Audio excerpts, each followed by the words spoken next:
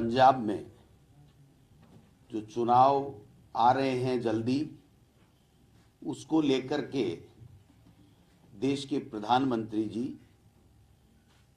और भारतीय जनता पार्टी बड़ी उहापोह में है, क्योंकि जिस प्रकार से 15-16 महीने से किसानों के साथ अत्याचार और अन्याय इन्होंने किया, जो 3 काले कानून इन्होंने लादने का काम किया, और जिस तरीके से देश के किसानों से माफी तो मांगी, लेकिन देश के किसानों से, किसान संगठनों से कोई चर्चा नहीं की, बिना पार्लियामेंट में चर्चा किए उनको कानूनों को वापस लिया गया। और अब जब किसानों से जो वादे किए गए थे या किसानों की जो आत्महत्याएं हुई हैं या जो मौतें हुई हैं इस दौरान, उन सब पे कोई चर्चा नहीं करके देश के प्रधानमंत्री एक नई षड्यंत्र करके, नया देश में माहौल बना करके, और वही छदम राष्ट्रवाद की तर्ज के ऊपर जो भारतीय जनता पार्टी का मेन एजेंडा है, उसी तरीके से एक देश में माहौल क्रिएट करके उत्तर प्रदेश, पंजाब आदि स्टेट्स के जो चुनाव हैं वो लड़ना चाह रहे हैं। जो घटना सबके सामने है कि रैली के लिए किसान आने को तैयार नहीं थे, वहां लोग आने को लिए तैयार नहीं थे। किसान अपनी बात रखना चाहते थे, उनकी बात को कोई तवज्जो नहीं दी जा रही थी। केंद्र के जल संसाधन मंत्री जो हमारे यहाँ से एमपी हैं, वो बार बार उनसे चर्चा कर रहे थे, लेकिन देश के प्रधानमंत्री से मिलाने का झूठा वादा भी कर रहे थे। खैर, जो कुछ भी हुआ उनको पता था, उसके बावजूद देश के प्रधानमंत्री आए।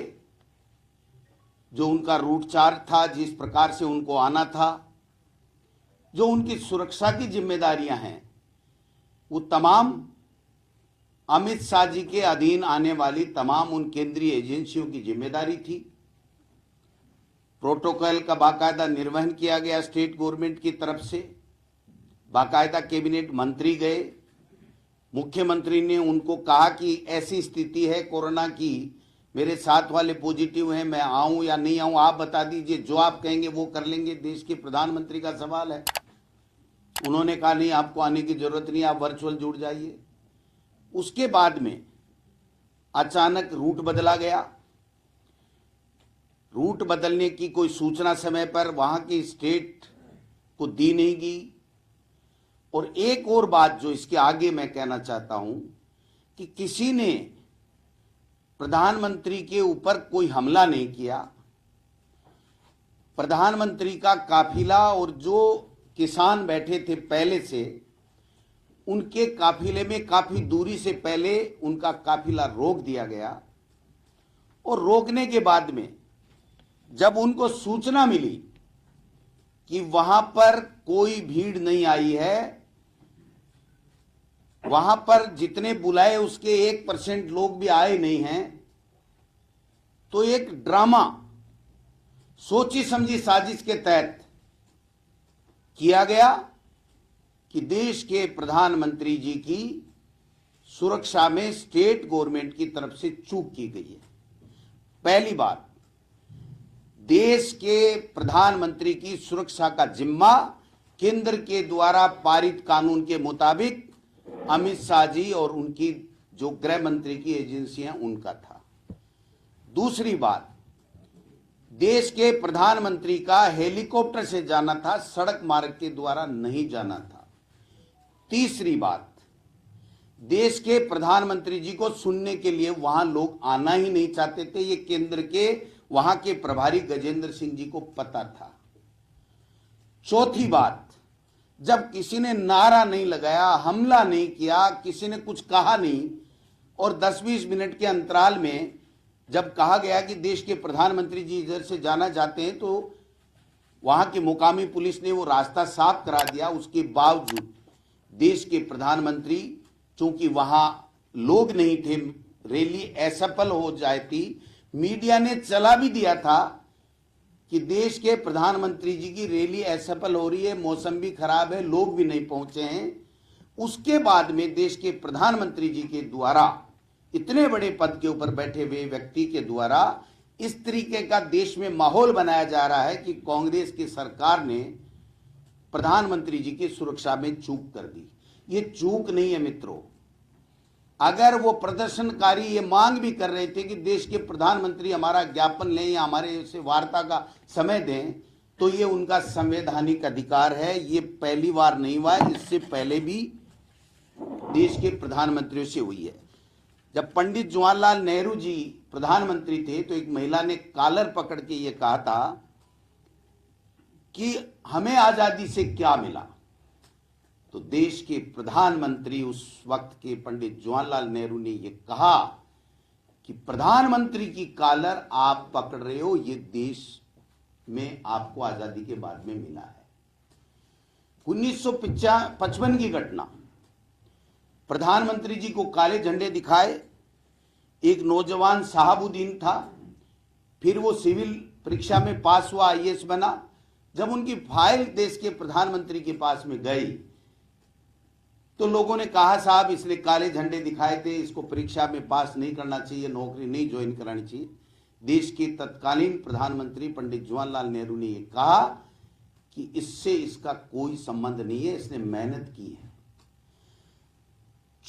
चौथा उदाहरण, बीएचयू में इंदिरा गांधी जी को काले झंडे दिखाए थे, वीसी ने बच्चों को निकालने का निर्णय ले लिया था। इंदिरा जी ने कहा नहीं, उन बच्चों को मेरे पास लाइए, उनका अधिकार है बात करने का। 2 अक्टूबर 86 को राजघाट के पास में जब राजीव गांधी जी के करीब से गोली चलाई थी, एक्शन की बात आई तो राजीव गांधी जी ने कहा हमारे देश के नागरिक हैं, किसी बात से गुस्सा हो गए होंगे, उनके खिलाफ कोई बात नहीं होनी चाहिए। देश के प्रधानमंत्री जी बिना सूचना दिए, वो देश के प्रधानमंत्री हैं, नरेंद्र मोदी नहीं है, पूरे देश को बिना सूचना दिए बिरयानी खाने पाकिस्तान चले जाते हैं, तब कोई बात नहीं बनती है। और भी कई उदाहरण है कि देश के प्रधानमंत्री जी ने प्रोटोकॉल तोड़ करके और अपनी राजनीतिक रोटियां सेकने के लिए कई अवसर ऐसे आए हैं जिस पे इस तरीके की नौटंकियां की हैं। लेकिन आज चूंकि पंजाब के चुनाव हैं, उत्तर प्रदेश के चुनाव हैं, उनको केवल मात्र माहौल बनाना है कि देखो देश के प्रधानमंत्री को कांग्रेस के शासन में खतरा हो गया। देश के प्रधानमंत्री जी को यह कहना कि आपके, जैसा सोशल मीडिया में आ रहा है कि आपके मुख्यमंत्री जी को कह देना मैं सुरक्षित वापस जा रहा हूं जान बचा के, ये शोभा नहीं देता। फेडरल सिस्टम है, आप देश के प्रधानमंत्री हो, आपके पास सारे अधिकार हैं। उस मुख्यमंत्री ने क्या गलती कर ली? उसकी गलती यह है, अगर कोई है तो कि वो एससी का व्यक्ति है। उसकी गलती यह है कि वो भला व्यक्ति है जिसने ये कहा कि अगर देश के प्रधानमंत्री को किसी तरह की आंच आती तो मैं मेरा खून बहा देता, लेकिन देश के प्रधानमंत्री को मैं आंच नहीं देने देता। ऐसे व्यक्ति के ऊपर, ऐसे कांग्रेस पार्टी के ऊपर जिसके इतने अच्छे अच्छे उदाहरण हैं स्वतंत्र भारत में, उसके बावजूद इस तरीके की बात बना के, बाउंडर बना करके, ट्विटर पे ट्रेंड करा करके, कभी स्मृति ईरानी जी बोल रही हैं, कभी कोई मिल रहा है। मैं आपको कहना चाहता हूं, किसान कभी हारता नहीं है, कभी डरता नहीं है, कभी झुकता नहीं है। इनको चाहिए था कि जब देश की लोकसभा में और राज्यसभा में ये बिल वापस लिए जा रहे थे, तब देश के किसानों से बात करनी चाहिए थी। उनके जो लोग मिल गए उनको मुआवजा दिया जाना चाहिए था, उनको नौकरियां उनके आश्रितों को दी जानी चाहिए थी। देश का किसान एमएसपी के गारंटी कानून की मांग करता है, उसके ऊपर चर्चा होनी चाहिए। उठा के झोला चल दिए कि हम तो चुनाव लड़ेंगे, पैसे हमारे पास में बहुत हैं, तो पैसों से सब कुछ नहीं खरीदा जाता। वस्तुएं खरीद सकते हो, भारत के नागरिक का ईमान नहीं खरीद सकती भाजपा के लोग। इसलिए समझ लेना चाहिए कि ये नोटंकी बंद करें, अपनी हार स्वीकार करें, किसानों से बात करें, माफी मांगें। इस कांग्रेस को सिखा रहे हो जिस देश के प्रधानमंत्री होते हुए भी देश की एकता और अखंडता के लिए शहीद हो गई, देश का पूर्व प्रधानमंत्री शहीद हो गया, उस परिवार की जिसने 2 माता, दादी और पिता दोनों खो दिए, उस परिवार की आपने आते ही एसपीजी की सुरक्षा हटा ली। आपको तनिक उस वक्त शर्म भी नहीं आई कि ये दिन आपको भी देखने पड़ेंगे, आप भी पूर्व होने वाले हो। तो आपकी कथनी और करनी में फर्क है। आप कहना क्या चाहते हो, करना क्या चाहते हो। जब देश के प्रधानमंत्री की सुरक्षा होनी चाहिए तो प्रधानमंत्री जो इंदिरा गांधी जी और राजीव गांधी जी शहीद हो गए, उनकी हत्याएं की गई, उसके बाद में उसके परिवार की आपने किस कारण से सुरक्षा हटाई? क्या उनकी सुरक्षा महत्वपूर्ण नहीं है? इसलिए देश के प्रधानमंत्री की सुरक्षा को कोई खतरा नहीं था। जानबूझ के ये ड्रामा किया गया। एक देश में माहौल जो बनाने में ये माहिर हैं कि साहब हम तो देश के लिए ऐसा कर रहे हैं, हम तो ऐसे कर रहे हैं। आप अगर कर रहे हो तो किसानों को आप तुरंत बुला करके बात करके उनकी समस्या का समाधान करो। मैं समझता हूं ये सारी चीजें करने की आवश्यकता है। जब देश के प्रधानमंत्री वहां खड़े थे तो मित्रों, आप सबके पास में विजुअल है, देख लीजिए, भारतीय जनता पार्टी के लोग झंडे लेकर के नारे लगा रहे थे, प्रधानमंत्री मोदी जिंदाबाद, भाजपा जिंदाबाद। तो वहां खतरा कहां था? इनको कोई खतरा नहीं था। केवल मात्र वहां भीड़ नहीं थी, उनको इस तरीके से रूट चयन करना था। ये जिम्मा कि साहब पंजाब के डाल करके कांग्रेस को टारगेट बनाओ, जिससे उत्तर प्रदेश में और पंजाब में हमको ये लाभ मिल जाए। कहीं लाभ नहीं मिलने वाला है। जब तक उत्तर प्रदेश में किसानों के हत्यारी केंद्रीय मंत्री, जिसका बेटा मुलजिम है, उस केंद्रीय मंत्री को नहीं हटाओगे, वहां पर उत्तर प्रदेश में भी यही हाल इनके होने वाले हैं। प्रजातंत्र में हमारे मुख्यमंत्री जी भी बार बार कहते हैं कि कोई भी व्यक्ति अगर वो अपनी बात कहना चाहता है तो उसको हमको स्वीकार करना चाहिए, सुनना चाहिए, होने वाला काम होना चाहिए। उनके खिलाफ हम लाठी जोर जुलम से कोई काम नहीं कर सकते। तो ये अवधारणा जो कांग्रेस पार्टी की है, देश का प्रधानमंत्री हम सब का प्रधानमंत्री है।